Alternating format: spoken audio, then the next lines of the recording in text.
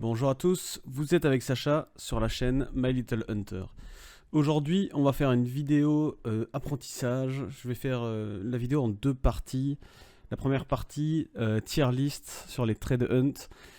Et la deuxième partie, ce sera les combos de traits pour que vous sachiez, si ce n'est pas déjà le cas, quel trait va bien avec quel trait, pour combien de points, etc. On va commencer tout de suite, il y a 48 traits actuellement dans le jeu. Et ça va être assez long, donc je vais essayer de faire relativement rapide. Bon, la première des choses, c'est qu'il faut discerner deux types de traits différents. Il y a les traits constants, qui vont être bien tout le temps, comme l'évrier, je reviendrai dessus plus tard, hein, quand ce sera son tour. Et il y a des traits qui sont bien dans des situations, qui sont situationnels. Par exemple, adrénaline, qui est bien quand on a pris cher et qu'on régène notre adrénaline. Bon, je vais le placer. Je sais pas encore où je vais le placer, hein, mais comme la tier list est longue, j'ai beaucoup de classements. Peut-être un peu trop, mais on verra. Bref, donc adrénaline, ça coûte un seul point. Donc en général, on s'attend pas à un trait de fou furieux pour un point. On régène de la stamina, full stamina pour vite se barrer quand on prend cher. Et du coup, ça peut être pas mal, mais c'est très situationnel. En plus, t'es déjà presque mort, hein, du coup, je suis vraiment moyen fan. Je le prends jamais, je m'en suis jamais servi. Pour moi, c'est pas vraiment un bon trait, c'est pas inutile. Je le mettrai. Écoute, on va le mettre provisoirement dans C+. Voilà, je pense que c'est pas inutile, mais on verra après. Alors, ambidextre. Ça permet de recharger plus vite les armes en akimbo. Alors, le fait est que. En théorie, t'as beaucoup de balles dans les akimbo. T'as pas besoin de recharger vite. Donc c'est pas déjà de base c'est pas ouf. C'est confort, c'est confortable, c'est agréable. C'est pas ouf, c'est pas game breaker. Où est-ce qu'on va pouvoir mettre ça?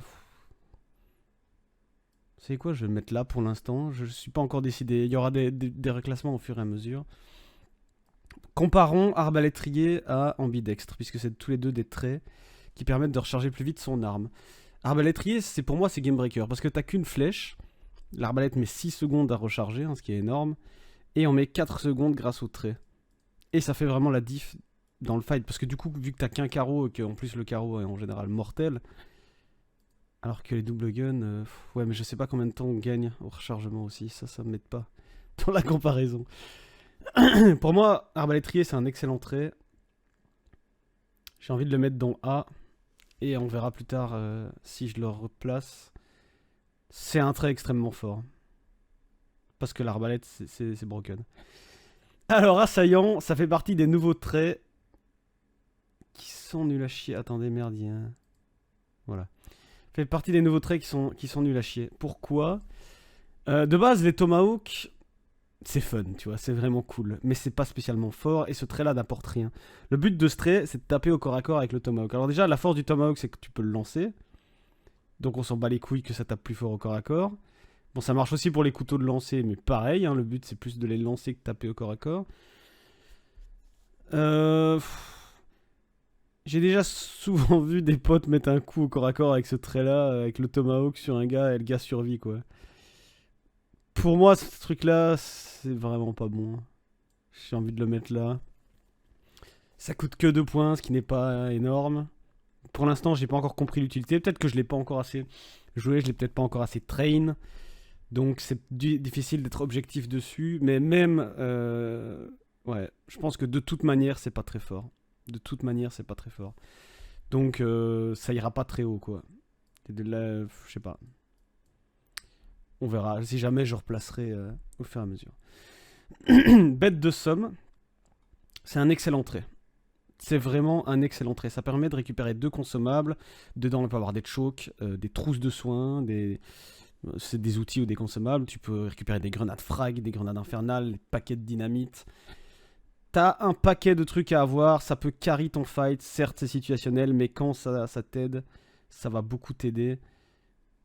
Et voilà, ça permet de gagner tes fights. Et c'est ça qu'on veut dans le jeu, c'est avoir des fights... on va dire plus gagnés, ça veut rien dire.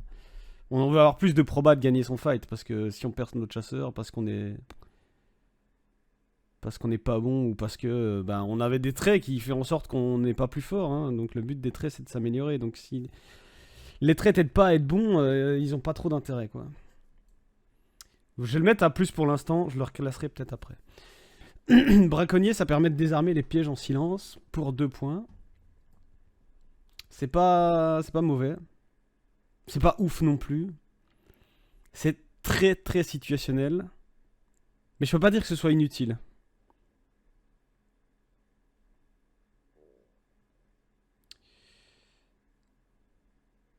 J'ai envie de le mettre là. Je vais faire comme ça. Voilà. Voilà, voilà. Alors, sans main. C'est un trait qui permet d'avoir plus de stabilité et 25% de dégâts quand l'arc est bandé au maximum. Ce qui est pour moi un trait vraiment fort. Évidemment situationnel parce que ça marche qu'avec l'arc. Mais les trucs comme par exemple arbalétrier, ça ne marche qu'avec les arbalètes forcément. Ça c'est des traits liés aux armes mais qui sont puissants, qui sont powerful. Donc pour moi on va peut-être le mettre là même.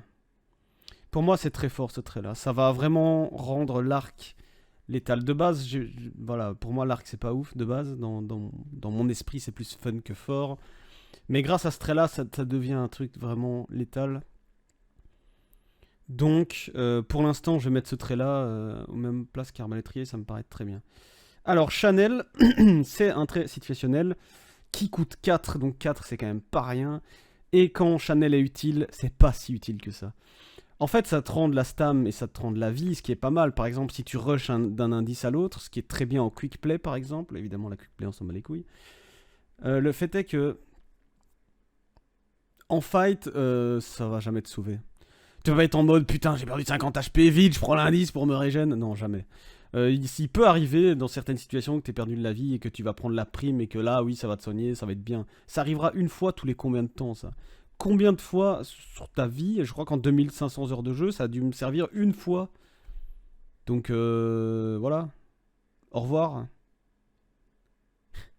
Je vais le mettre là, on verra après. Pardon. Pour 2 points, ce serait peut-être bien. Pour 4 points, c'est du fist. Voilà. Au revoir. Alors, charognard, ça permet de te soigner quand tu tues des mobs. Et potentiellement récupérer des barres de vie grâce à ça. Ça coûte 4 points, ce qui encore une fois est assez cher. Et c'est pas mal. En vrai, sur le papier, c'est pas mal. Tu te dis, je vais pouvoir me soigner, ça va être très confort, etc. Le fait est que tu dois tuer un mob pour ça. Et les mobs, ça arrivera pas souvent. Ok, je vais prendre une situation, exemple, je me fais taper, je perds de la vie. Je ne suis pas en combat, hein, bien sûr. Je perds de la vie et il me faut du soin. J'ai le choix de trouver une pharmacie ou de tuer un zombie. Les pharmacies, il y en a toujours un peu partout dans les compounds, donc à moins que ce soit le kleptobec, mais si c'est le boss, voilà. Si c'est le boss, pour le coup, c'est utile, mais sinon, voilà. Les pharmacies, t'en trouveras toujours. Il suffit de chercher, de connaître les endroits, il y en a partout. Voilà, t'as pas besoin de ça pour te soigner. Une pharmacie fera très bien l'affaire, et la pharmacie, tu la trouveras. En fight, ça te servira jamais. Tu dois te soigner en fight, tu vas pas dire oh putain, vite, il me faut un zombie. Pour moi, c'est pas bon. Ça coûte 4 et c'est juste pas bon. Je vais le mettre au même endroit que conduit. Je suis peut-être un peu dur avec ces traits, mais c'est vraiment pas ouf, quoi. Si les deux, ils doivent coûter 2 ou disparaître du jeu. Ça, je déconne, mais c'est nul. C'est nul, jouez pas ça. Si vous avez 4 points, prenez pas ça. Coagulant, tiens, un autre trait à 4 points. Coagulant, pour moi, c'est bien. Pour moi, c'est bien parce qu'il y a énormément d'effets de bleed dans le jeu et beaucoup d'effets de bleed en fight contre les autres joueurs et contre le PvE. Tout le temps, en fait. Des effets de bleed, il y en a partout. Les boss, les monstres, les grenades frag, les fléchettes, les balles Doom Doom, voilà. Les barbelés, les concertinas. Il y a énormément de choses qui te font saigner et le fait d'être saignement niveau 1, 2 ou 3 fera toute la différence dans un fight. Parce que le saignement niveau 1, on s'en bat les couilles. Il est absolument inoffensif. Tandis que les autres sont très vite dangereux. Donc pour 4 points, c'est un trait qui peut vraiment te sauver la vie et qui est un gros confort de jeu. Je vais le mettre ici. Pour moi, c'est pas mal du tout. Voilà. Alors, on continue. Détermination, Mustave. Pourquoi Mustave? Détermination, ça coûte 3, donc 3 c'est déjà bien. Ça permet de régénérer tes 2 barres de stam 2 fois plus rapidement. La régénération commence 2 fois plus vite en fait, mais ça ne se régénère pas 2 fois plus vite quand ça se régénère. Le fait est que la régénération commence plus tôt et ça pourra faire toute la différence en termes de gestion du PvE ou de mobilité. Et la mobilité dans Hunt c'est très important pour faire des rotas, pour poursuivre des mecs qui s'enfuient, pour s'enfuir soi-même et pas être rattrapé, etc., etc. Le seul cas où détermination n'a aucun intérêt, c'est si vous jouez une seringue d'endurance majeure qui dure 10 minutes. Certains joueurs vont même jusqu'à jouer 2 seringues d'injection, je sais plus parler mais c'est pas grave, 2 seringues d'endurance majeure. Dans ce cas-là, si vous en jouez 2, détermination n'est pas utile, ça le remplace on va dire. Et vous avez plus de points pour prendre d'autres traits. Si vous jouez pas 2 seringues d'endurance, même si vous en jouez qu'une seule, détermination reste un must-have. Donc j'hésite où je le mets. Pour moi c'est mobilité tiers, je vais le mettre dans S-. Voilà, comme d'hab, je reclasserai s'il faut. Docteur, bon là il n'y a même pas à réfléchir. Docteur c'est 8 points. Ça permet que vos trousses de soins vous rendent 2 fois plus de vie, donc 100 au lieu de 50. 8 points c'est énorme, on va pas se mentir, c'est colossal. Mais je le mets quand même dans S+, parce que ça fera toute la différence dans vos fights. Toute la différence dans vos fights. Voilà, vraiment. Y a rien d'autre à dire. C'est le meilleur trait du jeu, je pense. Forge Murmure. J'ai eu beaucoup de débats avec mes potes avec Forge Murmure. C'est assez marrant. Forge Murmure, c'est pas mauvais, contrairement à ce que certains pensent. C'est pas fort, contrairement à ce que certains pensent. C'est pas useless, c'est très... c'est moyen. Ça dépend beaucoup de vos armes en fait. Mais c'est très situationnel pour le coup, ça vous servira pas toujours ou pas souvent. Je vais le mettre B- comme braconnier parce que c'est pas inutile, ça coûte que 2 et... Voilà. On en rediscutera peut-être après. Alors là c'est franc-tireur à droit. Donc c'est garder la mire, enfin garder la lunette après avoir fait un tir de franc-tireur à droit.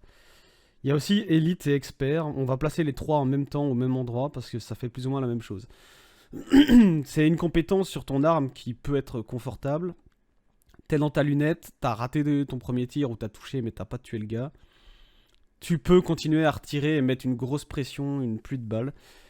Moi je pars du principe que si t'as une lunette, t'es probablement hors d'atteinte de tes ennemis. Et que donc t'as quand même un avantage. C'est, par exemple, tu peux enchaîner les tirs. Parce que tu sais qu'il n'y aura pas vraiment de riposte. Ou s'il y a de la riposte, c'est le temps qu'ils se rendent compte où t'es, etc. Là, je pars vraiment du principe que t'as l'avantage via ta lunette, même si c'est pas forcément un avantage colossal. On sait bien qu'un Mosin Mir peut mettre une tête à 300 mètres. Le fait est que tu seras beaucoup plus... tu mettras beaucoup de pression, voilà. Je pense que ces 3 traits-là sont forts, sans être game breaker. Et c'est en fonction de ton arme. Donc ici, on a 2 traits en fonction de ton arme qui sont game breaker, selon moi. Donc j'ai envie de les mettre...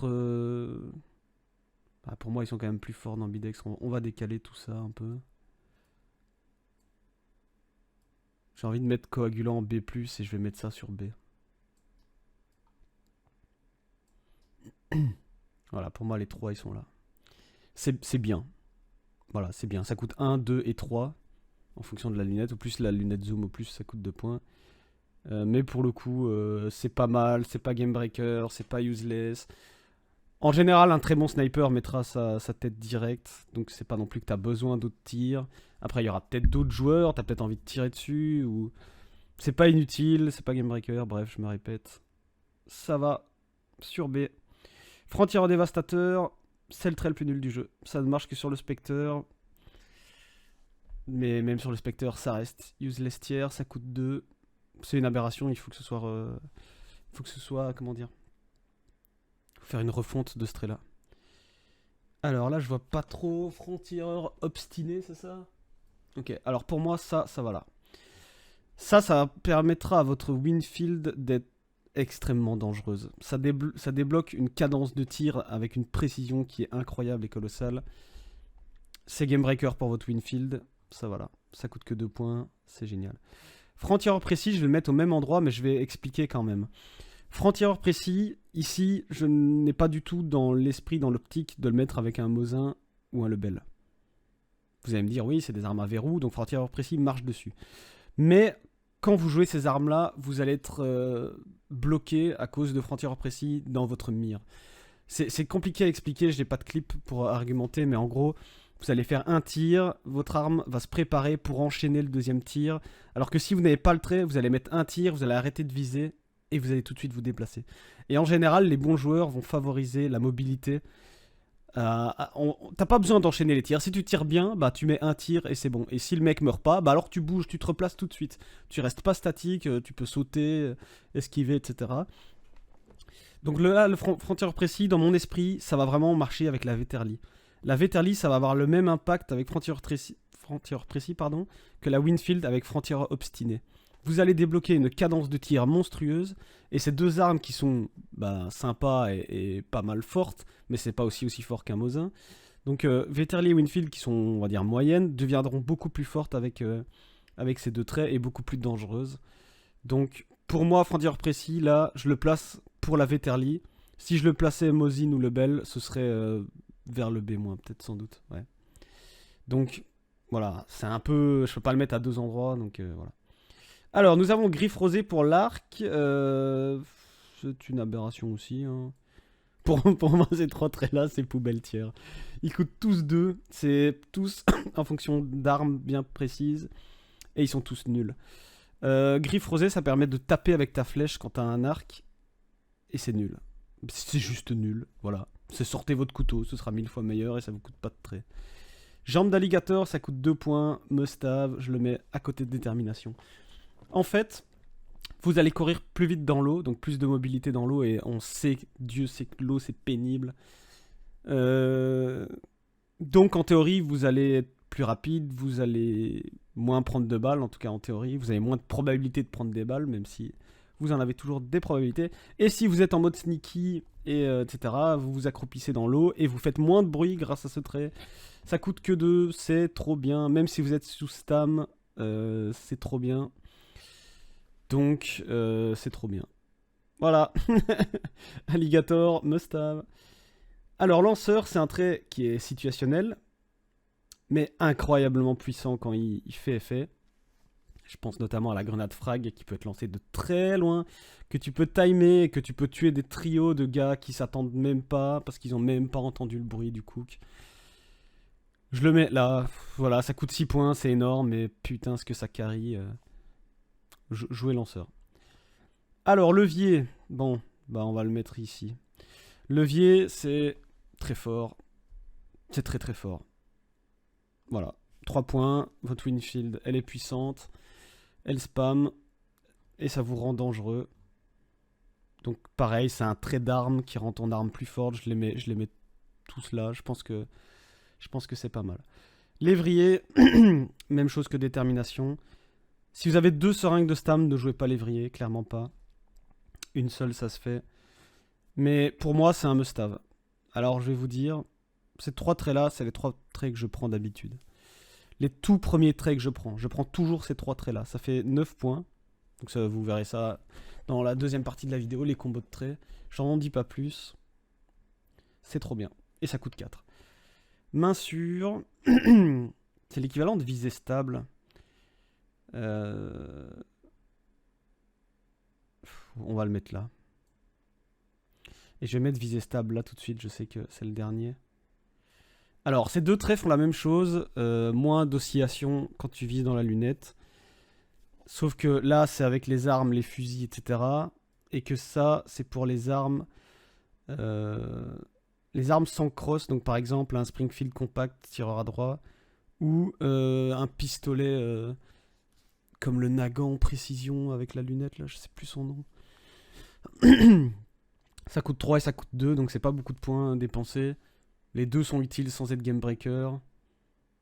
Voilà, pour moi ça se met là, c'est bien, c'est pas useless, c'est situationnel, mais c'est pas mal. Marquage de carreau, tiens salut mon pote, tu vas rejoindre le fond du panier. Marquage de carreau c'est nul à chier, pourquoi c'est nul à chier? Bon ça coûte 2 points, ce qui est pas beaucoup, on est d'accord.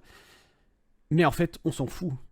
Quand tu joues arbalète, arc, tomahawk, couteau de lancer, tu pars pas à la cueillette après avoir raté ton coup, quoi.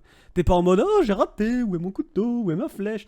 On s'en bat les couilles, tu vas fouiller, tu vas te prendre une tête. C'est nul. En plus, dois-je préciser que la plupart du temps, elles sont bloquées dans le sol ou dans un monstre. Tu peux même pas les récupérer, tu perds du temps et ça n'a aucun intérêt. Voilà.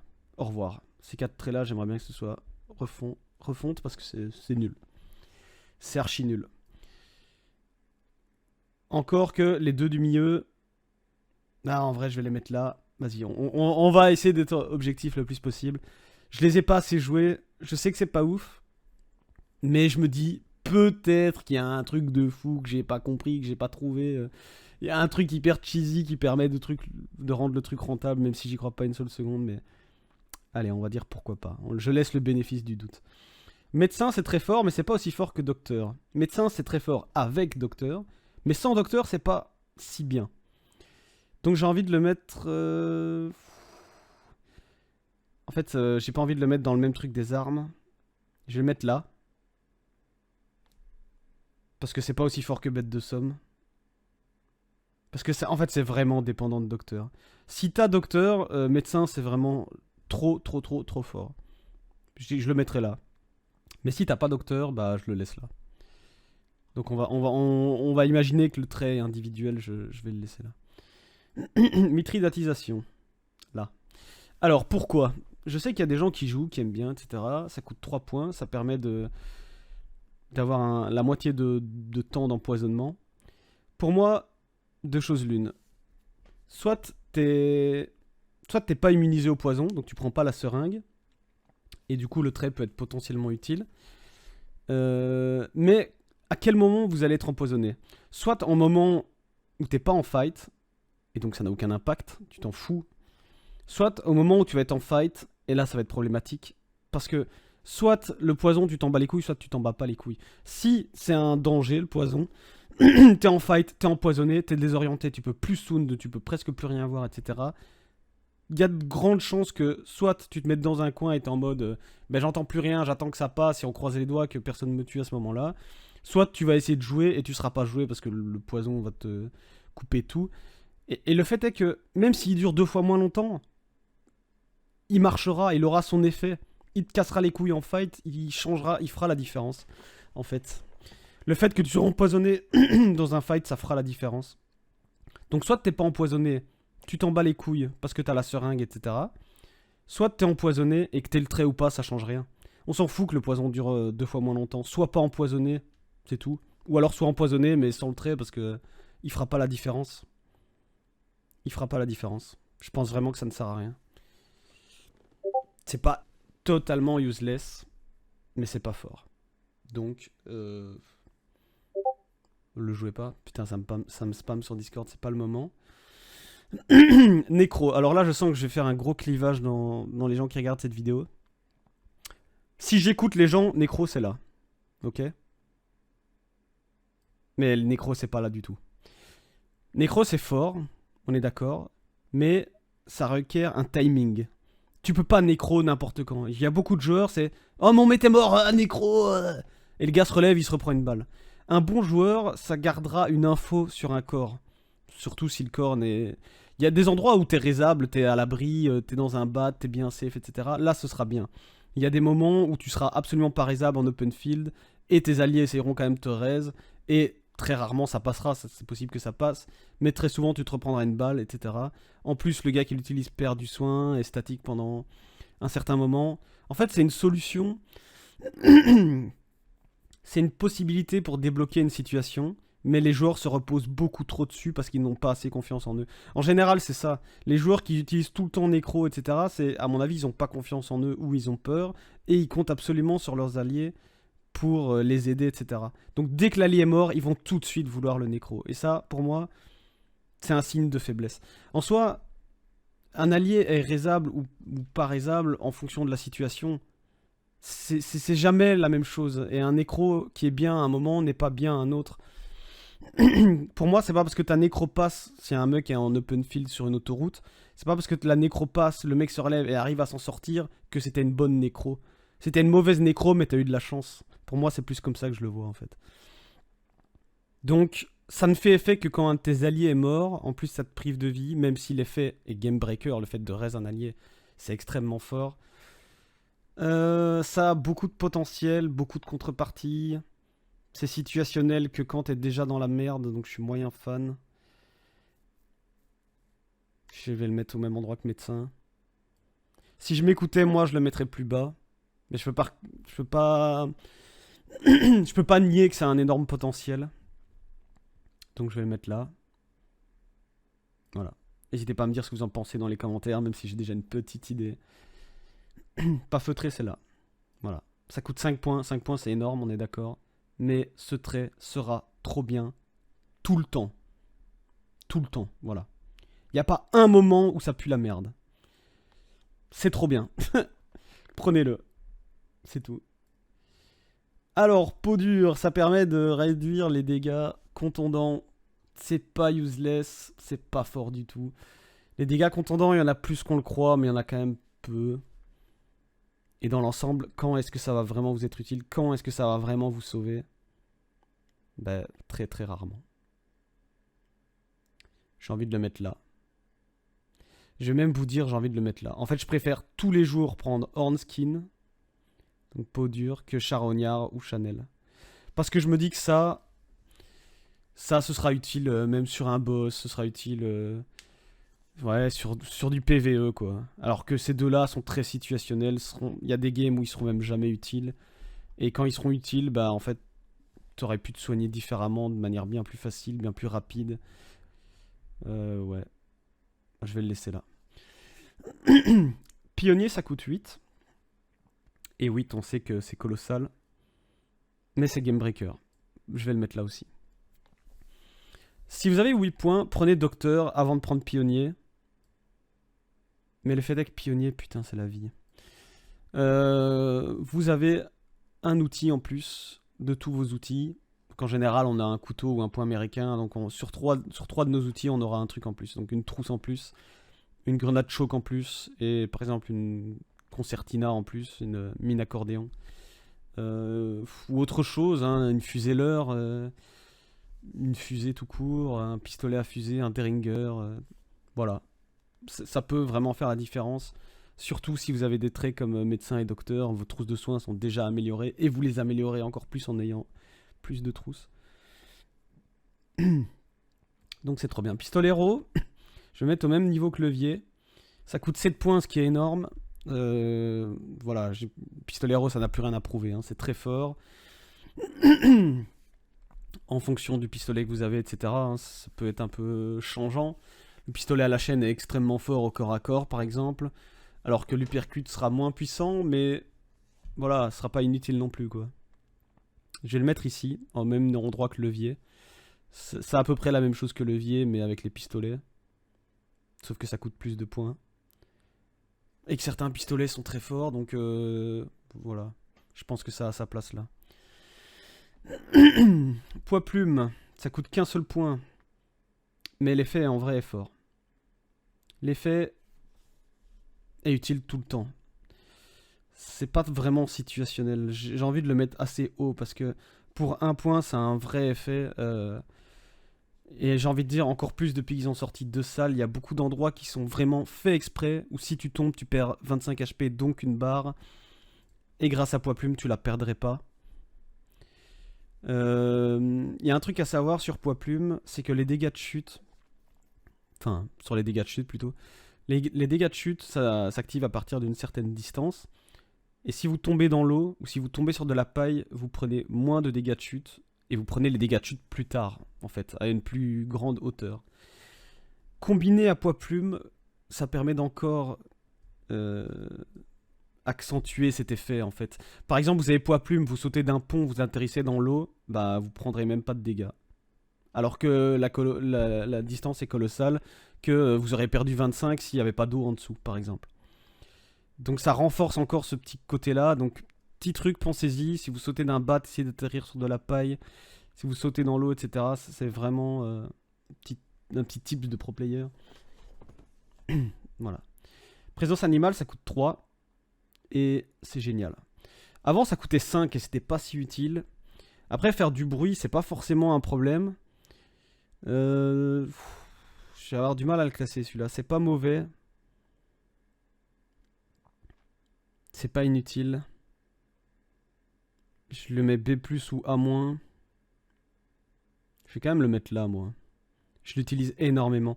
Quand je fais de la solo versus trio et que j'ai ça, je peux sprinter de A à Z à côté de Corbeau. Après, je suis le seul de ma team, donc en duo et en trio, c'est sûr que c'est beaucoup plus compliqué.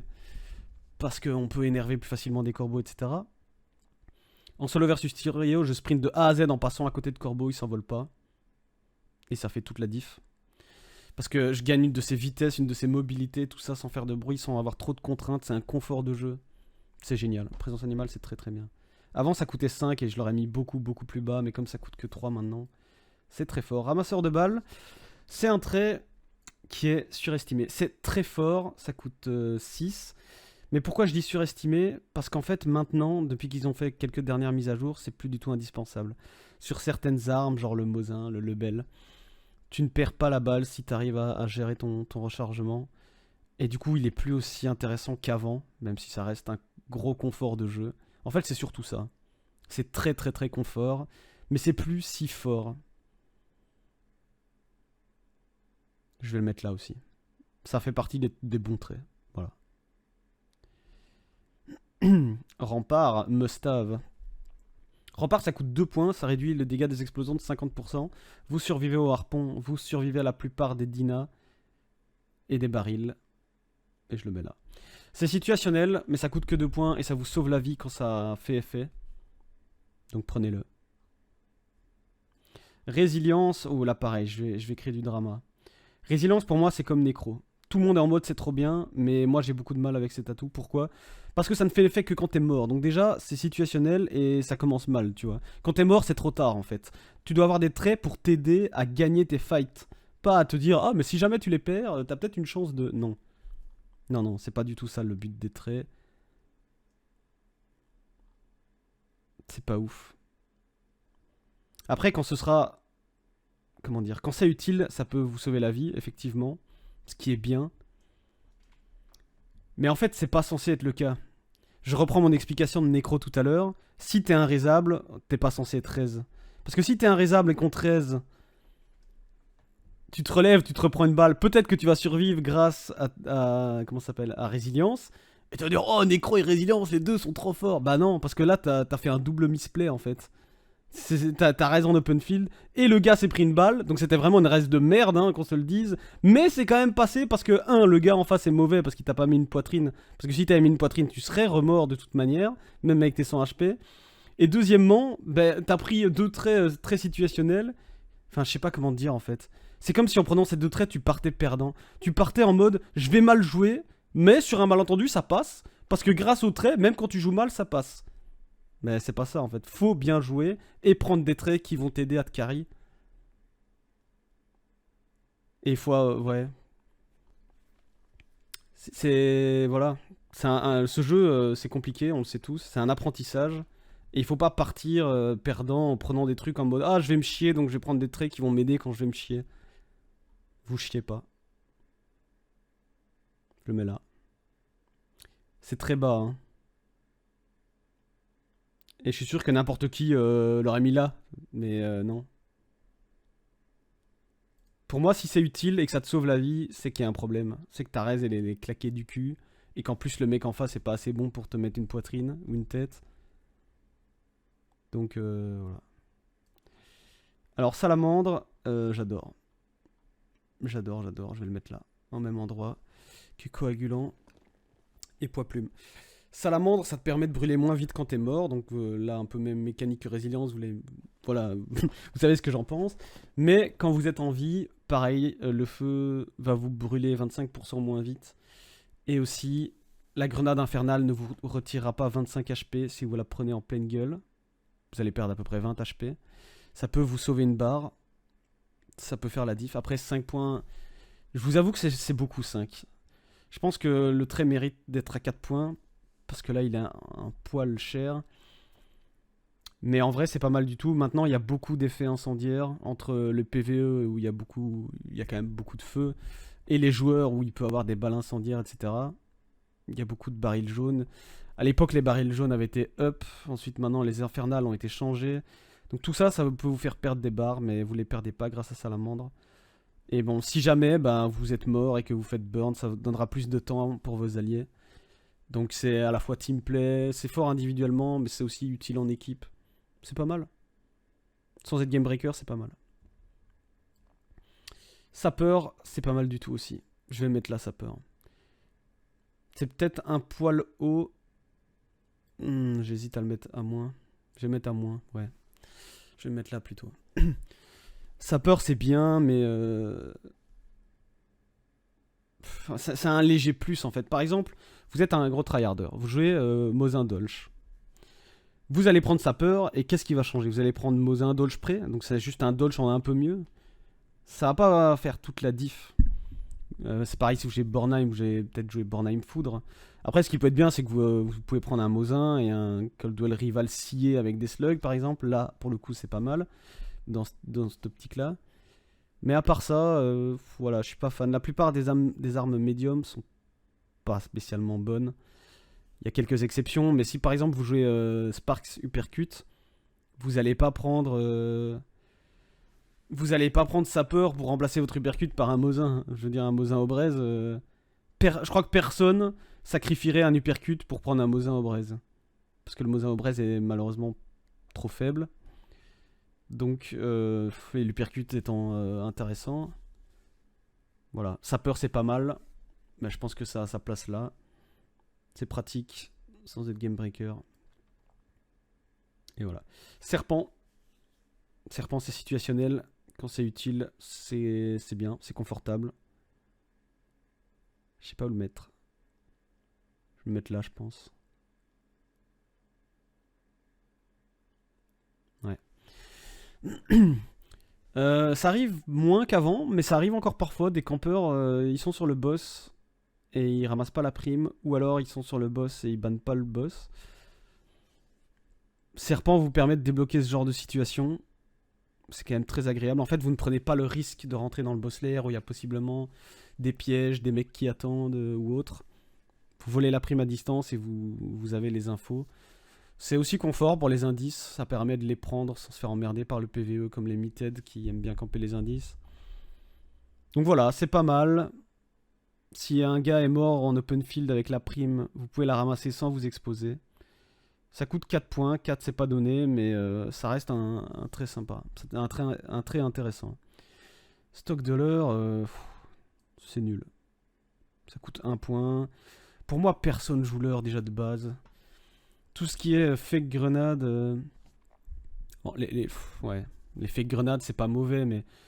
Les petits leurres que tu balances, si personne joue ça. Les cartouches à blanc, c'est extrêmement rare, même si ça peut être utile, hein.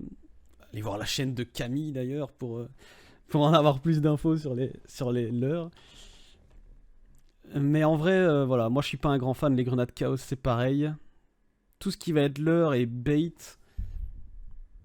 je suis moyen fan. Je dis pas que c'est inutile les leurres, mais le stock de leurres pour le coup, on s'en bat les reins. Voilà, vraiment. Témérité, je vais le mettre là. C'est pas 100% useless. Allez, je vais le mettre là. C'est pas 100% useless, mais t'as pas envie de sauter sur une grenade. Le seul cas où je vois ce truc utile, c'est genre, t'es dans un bat, t'as une frag qui tombe vraiment à tes pieds, tu la regardes, et là t'as plus qu'à appuyer. Là, ok. Mais ça arrivera combien de fois, ça? Un mec qui cook bien sa grenade, ça arrive pas, ça, déjà. Elle pète dans ta gueule, en fait. T'as pas le temps de réagir. Donc, voilà. Après, oui, effectivement, tu peux éteindre les petites fusées au sol, les fusées éclairantes. Ça peut être un trait de confort, donc c'est pas inutile, mais c'est pas bon. Et c'est pareil pour Tomahawk, c'est extrêmement fun, je vous l'accorde, mais ce n'est pas fort, donc je vais le laisser là, pour 1 point. On s'en fiche. Tueur furtif. Est-ce que je vais le mettre tueur furtif?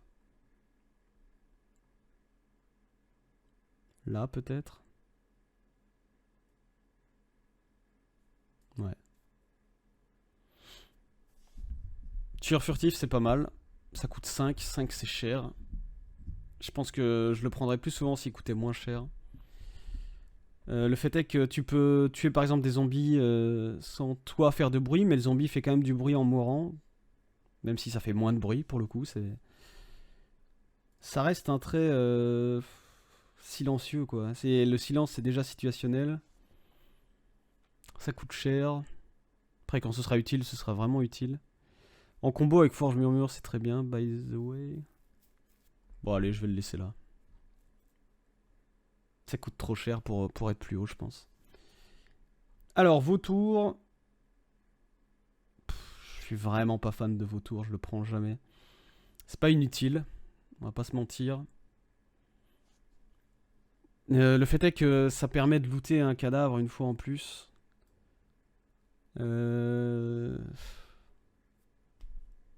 Mouais.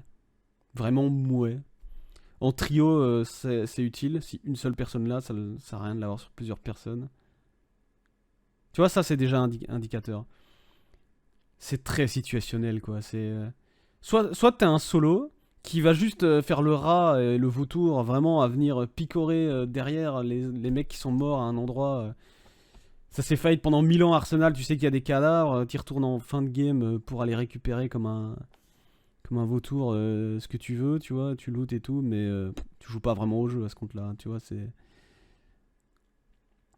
Et en équipe de 3 par exemple, il suffit d'en prendre un quoi. Ça a rien que 2 personnes l'est, donc ça veut vraiment dire, ça sert pas à grand chose. Et fouiller les cadavres, c'est pas game breaker, c'est un risque. Je vais le mettre C. Je suis d'accord que c'est plus fort que Hornskin.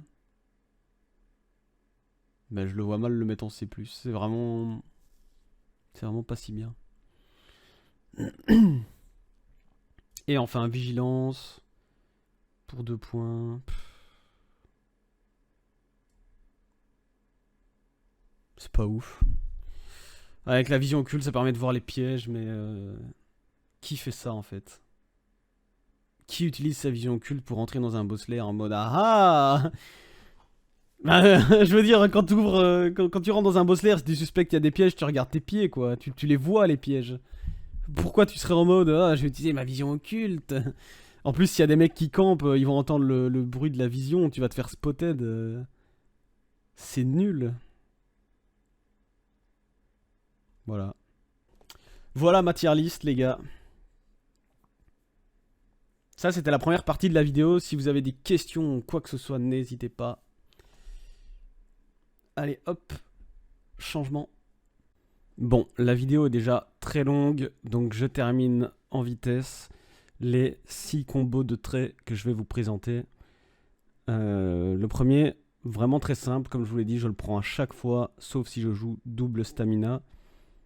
C'est lévrier, détermination et alligator. C'est trop bien, ça coûte 9, vous êtes parés pour toutes les situations. Le deuxième combo, c'est le plus fort, mais aussi celui qui coûte le plus, avec docteur, médecin, pionnier et bête de somme. Là, c'est soin infini. C'est très fréquent que quand je joue ça, je ne prends même pas de seringue en fait. Par contre, ça coûte 24 points, donc voilà quoi.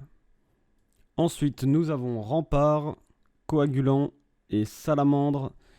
Un trio d'atouts qui est très bien pour survivre. Et c'est très confortable à jouer.